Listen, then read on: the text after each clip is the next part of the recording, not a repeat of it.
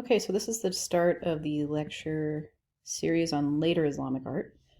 Um, so we'll start with this slide here, this piece here. In 1192, Muhammad of Ghor won a battle against Tarian, which later led to the Islamic culture setting up in Delhi, which in turn solidified the Islamic presence in South Asia. And they had sultans in South Asia, which was a little bit different. We've heard the word caliph a lot, but we'll start to hear the word sultan for ruler, especially in the Asian areas of the Islamic Empire. So that's kind of a new thing that happens in the later Islamic Empire, is that they kind of really solidify their presence in South Asia and kind of begin a series of sultans instead of caliphs, at least in that area. Um, and the Islamic Empire in this region of the world, in the South Asian area of the world, is called the Mughal Empire. And around the same time, the Islamic Empire gained footing. At the same time as it gained footing in South Asia, the Mongol Empire invaded and overthrew the Abbasid caliphs in Central Asia and Persia. So in South Asia, the Islamics were doing well, but in Central Asia and Persia, the Islamics were not doing so well because the Mongolians invaded and took over those areas. So Isfahan actually fell to the Mongols in 1236. Baghdad fell in 1258, and Damascus fell as well. So some of the larger cities under the Islamic rule at this time fell to the Mongolian Empire, basically. Despite the fact that the Islamic culture was kind of dampened by the Mongols in certain areas, where Islamic art was being made, it actually ended up flourishing in those areas where it was still present. So we'll take a look at some architecture. So in the early 11th century, the Umayyad caliphs of Spain, they actually lost their power finally to the Berbers, and the Berbers are from northern Africa. And after several centuries, the Berbers were pushed out by the Christian forces from the north. So that's kind of what happened. Cordoba fell to the Christians in 1236, and the remaining Islamic territories of Spain were ruled by the Nasrids, an Arab dynasty that established its capital in Granada. So Granada became kind of the new capital of Spain, Islamic capital of Spain, and basically became the capital in 1232. So we'll talk about Alhambra in Granada, Spain. So in Granada, the Nasrids built a huge palace complex on a rocky spur called Alhambra, meaning the red in Arabic. And it's named after the rose-colored stone that was used to construct it, and it also features 23 towers.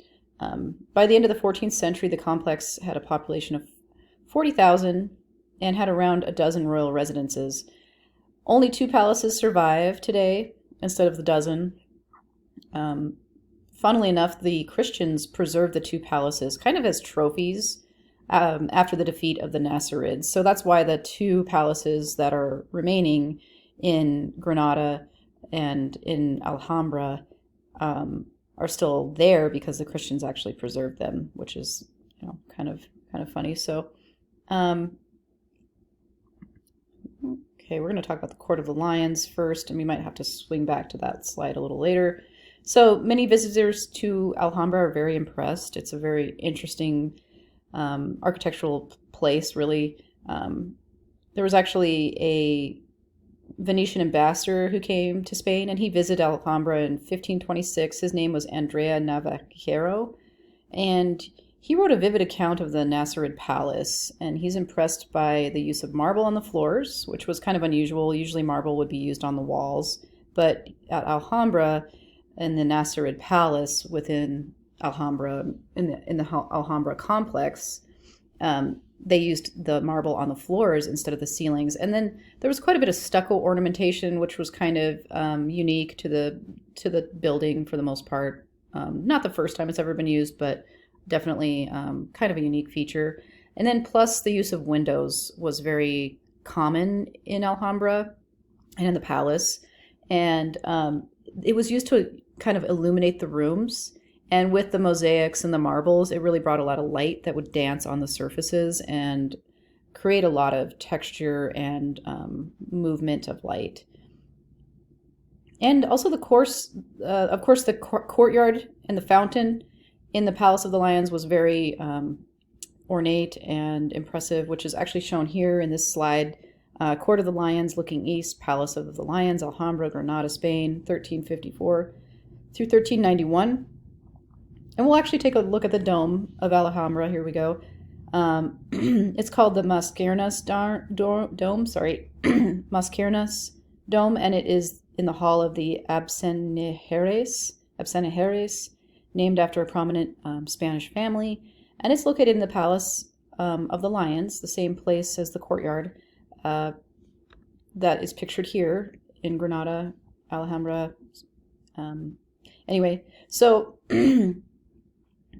the dome rests on an octagonal drum with 8 pairs of windows. So there's quite a few windows. There's a lot of carved stucco ornamentation. And they're kind of like these stalactite-like prismatic forms in the stucco. And they're called macairnas. So you can kind of see them here. They kind of drip down almost from the ceiling. And they're very almost naturalistic. It almost looks like a natural form coming from the ceiling, basically. And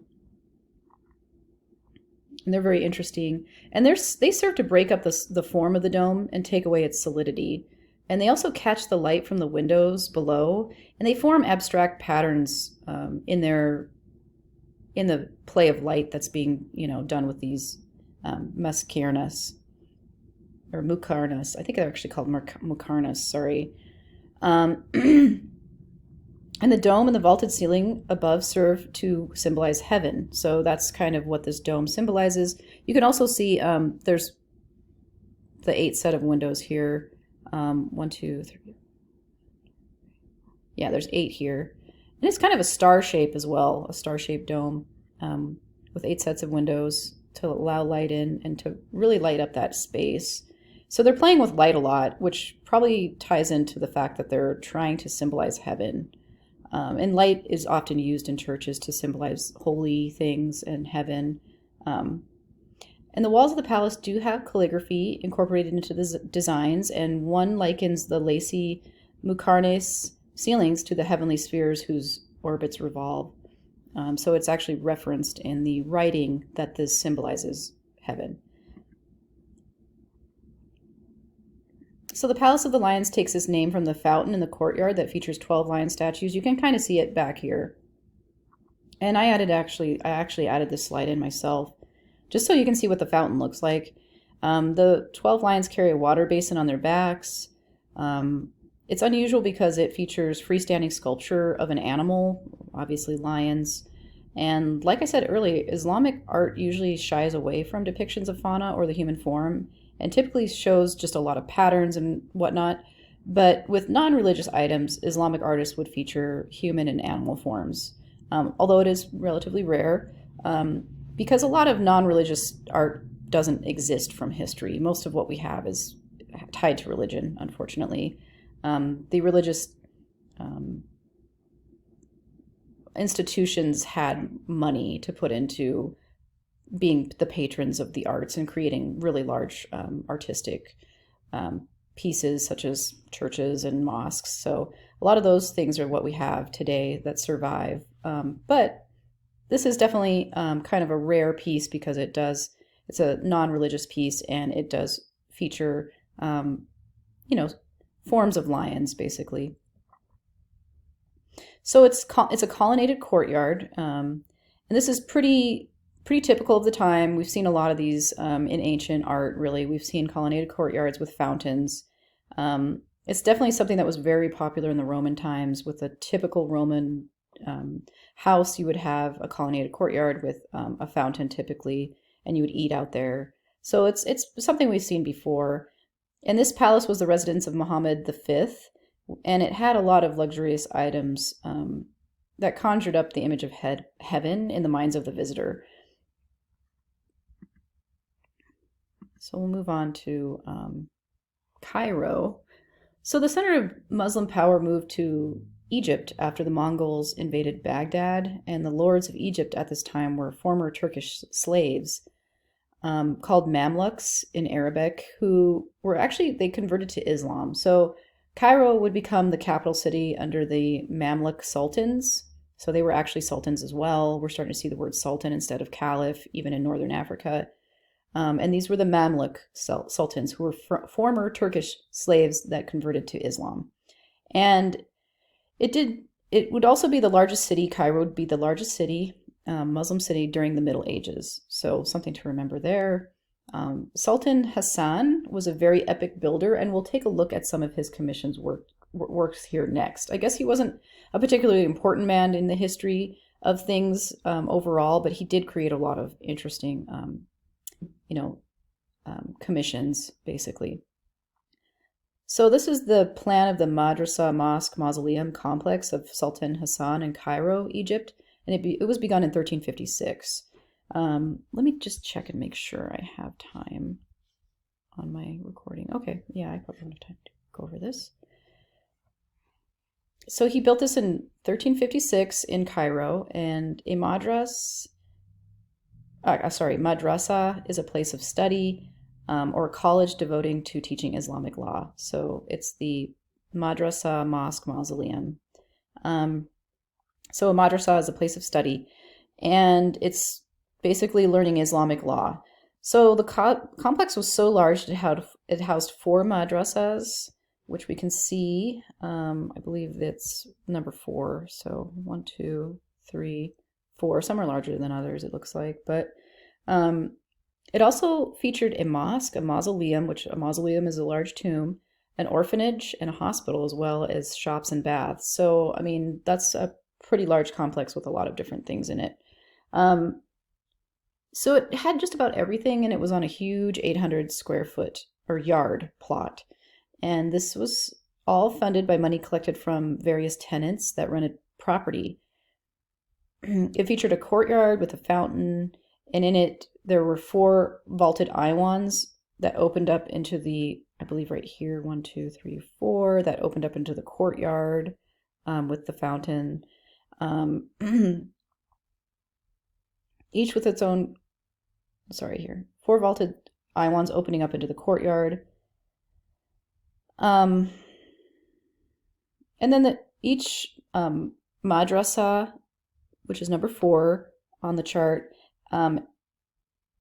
had its own courtyard, I believe. And 4 to 5 stories of rooms for the students for each of the madrasas, because those are schools for learning Islamic law. And then the largest Iwan, which is number 2, served as a mosque. So, and this probably is facing Mecca, obviously. So behind the Qibla wall, which is right here, I believe, because if this is the mosque, the Qibla wall would be on this end, because there's no wall over here too. But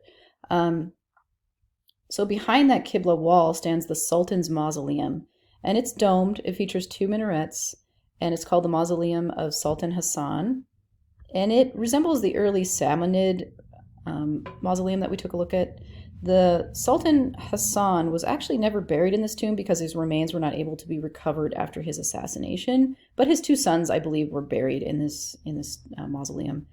And the exterior walls have a Makarnas cornice running around them, which is basically a lace-like or cellular structure common in Islamic art, and it goes all the way, and the cornice is something that runs along I believe the top of a building. So this runs all the way around it, and that's the Makarnas cornice. And it's highly decorative. That's a highly decorative element, that cornice. And the style of this massive complex is more geometric and severe when compared to the complex at Alhambra. So Alhambra is very much more dainty and kind of free-flowing, but this one is more severe. I think I'll finish this up in the next video because I'm running out of time.